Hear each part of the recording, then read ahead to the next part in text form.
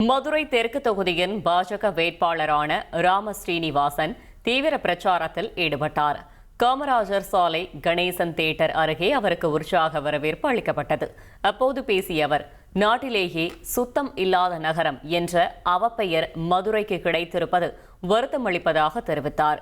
மேலும் இரட்டை இலையின் ஆதரவு பெற்ற சின்னமான தாமரைக்கு அனைவரும் வாக்களிக்குமாறு அவர் கேட்டுக்கொண்டார். மதுரை சுத்தமே இல்ல, குப்பையா இருக்கு. அது இந்தியாவிலே இதுதான் மோசம், அந்த நாட்டிலே இதுதான் மோசமான ஊருக்குன்னு சர்டிபிகேட் கொடுத்தாங்க.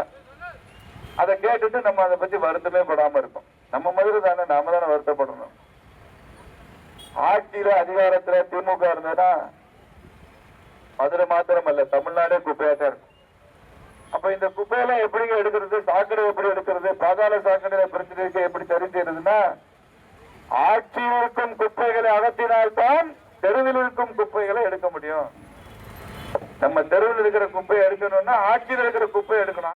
1,28,00,000 மனங்களை வென்ற தந்தி டிவி யூடியூப் சேனல். தவிர்க்க முடியாத தம்ப்நெயில், கலக்கலான கான்டென்ட்ஸ். நீங்களும் இந்த குடும்பத்தில் இணைய இப்பவே சப்ஸ்கிரைப் பண்ணுங்க. அசுரபலம் கொண்ட எங்கள் டிஜிட்டல் கரங்களில் உங்கள் விளம்பரங்களை சேர்க்க வாட்ஸ்அப் பண்ணுங்க. 893988883778. Email advtthanditv@dttv.in.